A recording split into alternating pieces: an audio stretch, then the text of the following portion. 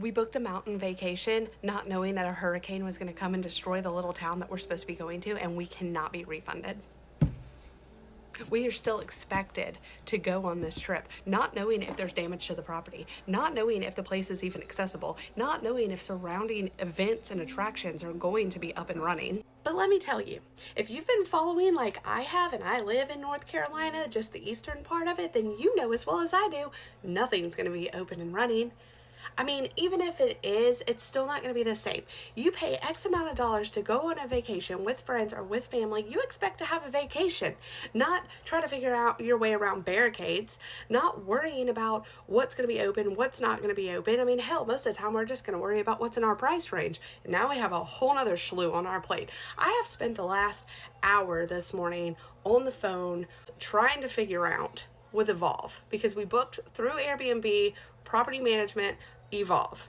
You know me, I don't like going through rental companies, and this is a prime example of why.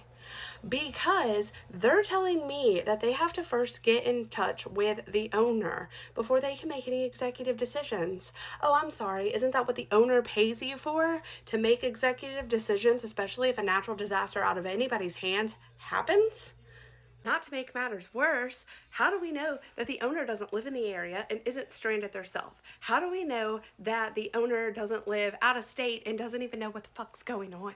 How do we know that we're even going to hear from the owner? So I have 5 days to cancel this reservation and only get a partial refund. A partial refund after a $2,500 trip for a week with my family of 6. Do not misunderstand me. I understand completely cancellation policies, house rules. I do this for a living.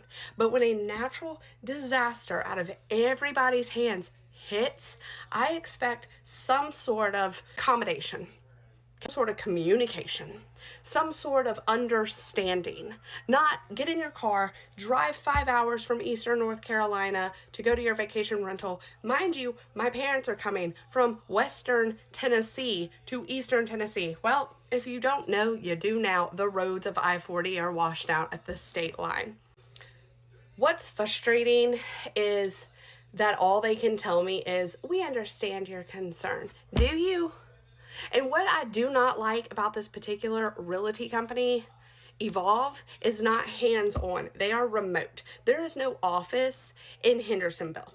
So you talk to robots, you talk to recordings, you're texting customer service. Nobody knows what the fuck's going on. And this is just infuriating to me. But with all of that being said, I think as a short-term rental host myself, and an Airbnb host, and doing this for a living, when a natural disaster hits in any part of the country, cancel all reservations and refund your people. Because 9 out of 10 times, your people aren't going to want to come to where a natural disaster hit unless they're documenting the natural disaster. Thoughts, comments, what should I do? Let's pray this works out.